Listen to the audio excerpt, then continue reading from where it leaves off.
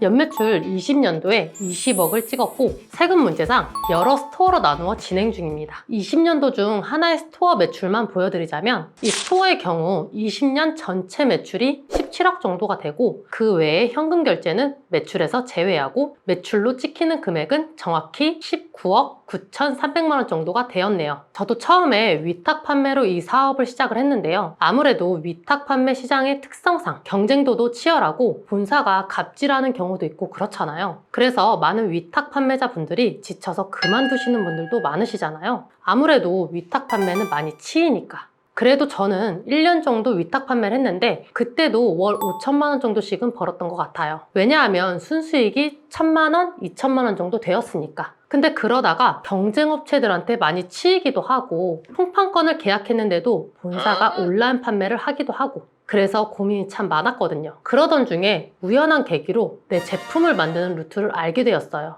그래서 어떤 제품을 만들어서 팔아볼까 카테고리를 여러 군데 찾아보았고 제품들도 판매하기 좋은 제품들을 찾아서 봤었죠. 근데 왜 제가 화장품을 만들어서 판매했을까요? 왜 그 수많은 카테고리 중에 왜 하필 화장품을 선택했을까요? 카테고리 중에 전자제품도 있고 의류도 있고 식품도 있고 엄청 많잖아요. 전자제품 시장 규모도 좋고 대중성도 있죠. 근데 저는 돈이 없었어요. 전자제품의 경우 저도 알아봤는데 진짜 작게 시작한다고 해도 5천만 원은 우습게 깨지더라고요. 내가 돈이 많은 것도 아니고 막상 호기롭게 했는데 안 팔리면 어떡해요? 그럼 그대로 망하는 거잖아요. 그리고 그렇게 처음에 시작하시는 분들이 종종 있긴 한데 망한 케이스들을 너무 많이 봐서 도박 같은 거죠. 잭팟이냐? 폭망이냐?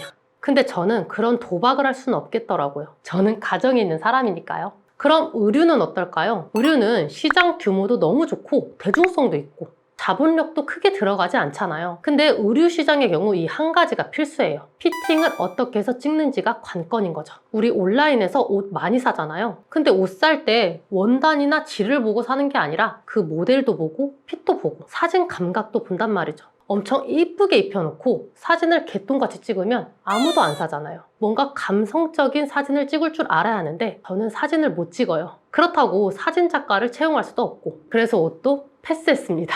그럼 화장품은 어떨까요? 시장 규모도 좋고 대중성도 좋아요. 근데 자본금도 적게 들어가니까 리스크가 줄어들잖아요. 근데 저는 화장품을 만들 줄도 모르고 화장품에 대해 사실 관심이 많지는 않았어요. 근데 잘 팔 수는 있을 것 같은 거죠. 그래서 화장품 제조사 몇 군데랑 미팅도 해보고 연구원들이랑 이야기도 해보고 그러고 나니까 화장품을 잘 팔 수 있겠더라고요. 내가 전문 지식이 없지만 공장엔 화장품 연구원들이 있고 만들고 싶은 화장품을 설명을 하고 이렇게 화장품을 만들고 싶다고 하니까 여러 가지 샘플들을 확인시켜주고 금액도 너무 조금 들어가고 너무 쉽잖아요. 또 화장품은 여러 가지 제품들을 빠르게 만들 수 있으니까 브랜딩하기도 편하고 화장품처럼 가볍게 시작할 수 있는 카테고리가 없더라고요. 화장품 제조 생각보다 많이 간단하죠? 물론 여러 가지 신경 쓸 부분들이 있지만 다른 카테고리들에 비해서 아주 가벼운 편이기도 하고요. 여기까지 제가 화장품을 선택했던 이유입니다. 그렇게 화장품을 만들어서 판매를 하게 되었고 역시나 잘 팔았습니다. 하나의 화장품을 한 달에 그 화장품 하나의 매출을 1억을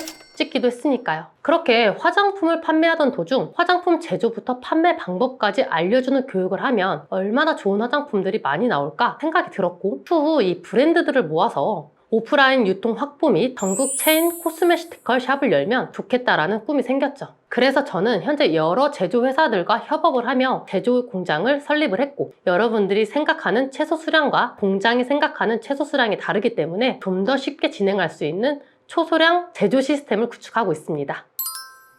맞습니다. 스킨케어 브랜드는 이미 포화 시장이잖아요. 하지만 코스메티컬 화장품은 포춘 비즈니스 인사이트가 알려준 대로 글로벌 코스메티컬 시장의 연간 성장률이 8.9%라고 발표한 바가 있습니다. 2026년까지 시장 규모는 737억 3천만 달러로 예상이 되며 2020년 글로벌 코스메티컬 시장 규모는 374억 100만 달러인 만큼 코스메티컬의 시장은 점점 커지고 있으며 코스메티컬을 원하는 소비자들 또한 늘어나고 있지만 유명한 코스메티컬 브랜드는 아직 없습니다.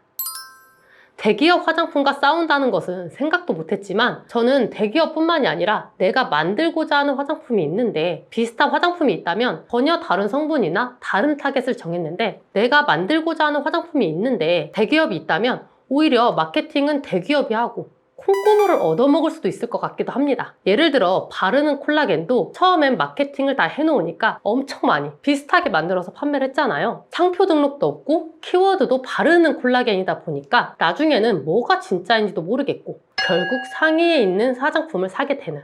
월 매출 어느 정도 기대해 볼 수 있을까요? 최소 월 1,000만 원. 화장품을 만들어서 결국 내 브랜드로 브랜딩도 가능할까요? 결국 최종 목적지는 브랜딩입니다. 저는 브랜딩은 곧 돈이라고 생각을 하고 또한 사업과 판매를 쉽고 무난하게 갈 수 있도록 만들어주는 하이패스라고 생각을 해요. 브랜딩이 되어 있는 상품은 일반적으로 소비자에게 유명한 상품, 안전한 상품이라는 인식이 있습니다. 그렇기 때문에 브랜딩이 되어 있으면 구매 확률이 가벼워진다고 합니다. 예를 들어 비슷한 상품인데 이건 들어본 화장품이고 다른 건 들어보지 않았던 화장품이에요. 검색해봐도 뭐 알 수가 없어요. 그럼 어떤 걸 구매하시겠어요? 들어봤던 화장품을 사겠죠. 어디선가 좋았다고 했던 것 같기도 하고 주변 사람들도 쓰고 있고 다들 들어봤던 화장품을 사겠죠. 그게 브랜딩의 힘이라고 생각합니다. 그럼 브랜딩은 어떻게 해야 될까요? 보통 브랜딩이라고 하면 브랜드 스토리 만들고 브랜드 컬러 정하고 브랜드 가치 나누고 등등 그러면서 브랜드의 가치와 이미지를 소비자에게 알리면서 브랜드를 각인시키는데 결국엔 브랜딩이 되기 위해선 꾸준한 마케팅으로 꾸준한 판매와 노출도를 올려야 합니다. 온라인뿐만이 아니라 오프라인에서도 꾸준히 노출, 판매하면서 진행하면 인지도 있는 브랜드가 되어 있을 거예요. 저 또한 처음 진행을 하면서 시행착오가 많았는데요. 제조회사와 미팅은 잘 했는데 막상 하려고 하니 예상 견적보다 더 나오기도 하고 이 용기로 진행하면 3,000개 이상 제조를 해야 된다고도 하고 또 알아듣지 못하는 단어들도 많다 보니 처음엔 제조 자체가 불발된 경우가 많았습니다. 왜냐하면 제조 공장부터 시작해서 용기회사, 간상자 회사 등등 전부 스스로 찾아봐야 하고 디자인 또한 뭐가 맞는지 글자 크기도 맞춰야 해서 뭔가 굉장히 복잡했습니다. 물론 해보면 쉽습니다. 뭐든 처음이 어려운 법이니까요. 처음이 어렵기 때문에 포기하시는 분들이 많은 화장품 카테고리인 만큼 경쟁자 또한 지금 없다는 것이겠죠? 오늘은 화장품 창업을 더 늦기 전에 해야 되는 이유에 대해서 알아봤습니다. 그럼 다음 영상에서 만나요.